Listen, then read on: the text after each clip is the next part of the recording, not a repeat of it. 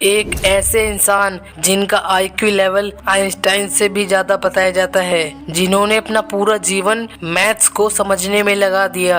एक ऐसे इंसान जिन्होंने मैथ्स को देखने का नजरिया ही बदल दिया, मैथ्स की दुनिया ही बदल दी। तो आखिर कौन है ये इंसान, आइए जानते हैं। इनका जन्म 22 दिसंबर 1887 को तमिलनाडु के इरोड गांव में हुआ था। इनके पिता का नाम श्रीनिवास अयंगर और माता का नाम कोमल तम्मल था। रामानुजन इतने होशियार थे कि उन्होंने मात्र 11 साल की उम्र में स्कूल कॉलेज के बराबर मैथ सीख ली थी। उनके घर में रहने वाले 2 किराएदार जो कॉलेज में पढ़ते थे, रामानुजन उनकी बुक को सॉल्व कर देते थे और वो 2 किराएदार मैथ सॉल्व करने के लिए रामानुजन की मदद लेते थे। केवल 12 साल की उम्र में ही उन्होंने गणित के सूत्रों की खोज करना शुरू कर दिया था। 13 साल की उम्र तक आते आते वो खुद के थ्योरम्स भी बनाने लगे थे। उन्होंने मैथ्स के लिए कोई अलग शिक्षा भी नहीं ली थी। 16 साल की उम्र में रामानुजन को जीएस कार द्वारा लिखी हुई किताब a synopsis of elementary result in pure applied mathematics एक लाइब्रेरी में मिली। रामानुजन ने इस बुक की डिटेल स्टडी की। कहा जाता है कि तभी से इनके जीनियस बनने का सफर शुरू हुआ।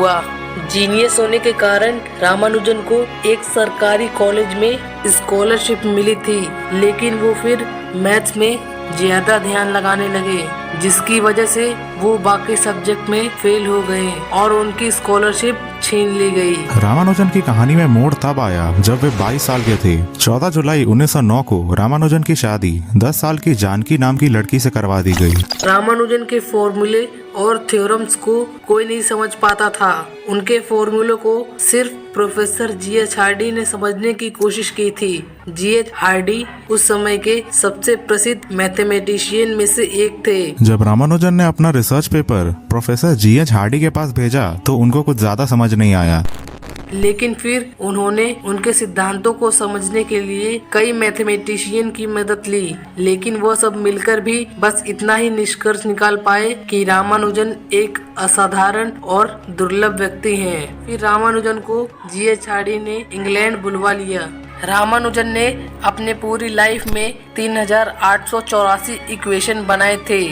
रामानुजन को धर्म और अध्यात्म में बहुत गहरा विश्वास था। वो भगवान के अस्तित्व को मानते थे। इतना ही नहीं, रामानुजन मैथ्स में किए गए सभी कार्यों के अध्यात्म का हिस्सा मानते थे।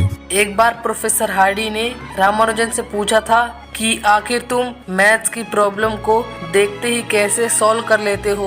तब रामानुजन ने कहा था कि मुझे ये सब फॉर्मूले नमगिरी देवी मुझे मेरे सपने में आकर बताती है। साल 1919 में रामानुजन ने मैक थीटा फ्रैक्शन फॉर्मूले की खोज की थी।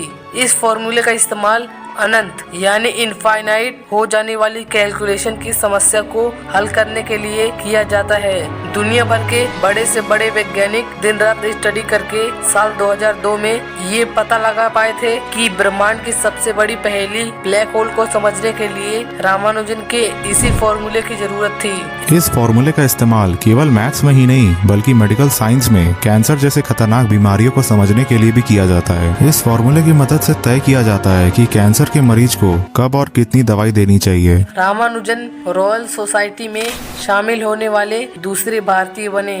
रॉयल सोसाइटी एक ऐसी सोसाइटी है जिसमें उन्हीं लोगों को शामिल किया जाता है जो mathematics, nature knowledge including mathematics, engineering science और मेडिकल साइंस में योगदान हो। इसमें बहुत से लोग शामिल भी हैं, जैसे Isaac Newton, Albert Einstein, Winston Churchill, Stephen Hawking, Charles Darwin जैसे 8000 सदस्य शामिल हैं, जिसमें से 280 को नोबेल प्राइज मिला है। इसे FRS भी कहा जाता है, यानी fellowship of the royal society. Ramanujan के जीवन में उनके स्वास्थ्य को लेकर कई समस्याएं थी। इंग्लैंड में उनका स्वास्थ्य बिगड़ गया था। उन्हें ट्यूबरकुलोसिस यानी कि टीबी हो गया था। उनके शरीर में विटामिन की कमी पाई गई। फिर साल 1919 में वे अपने गांव वापस लौट आए। फिर 26 अप्रैल 1920 में उन्होंने अपनी आखिरी सांसें ली। उनके जीवन में कई समस्याएं थी, लेकिन फिर भी वो महान मैथमेटिशियन बने।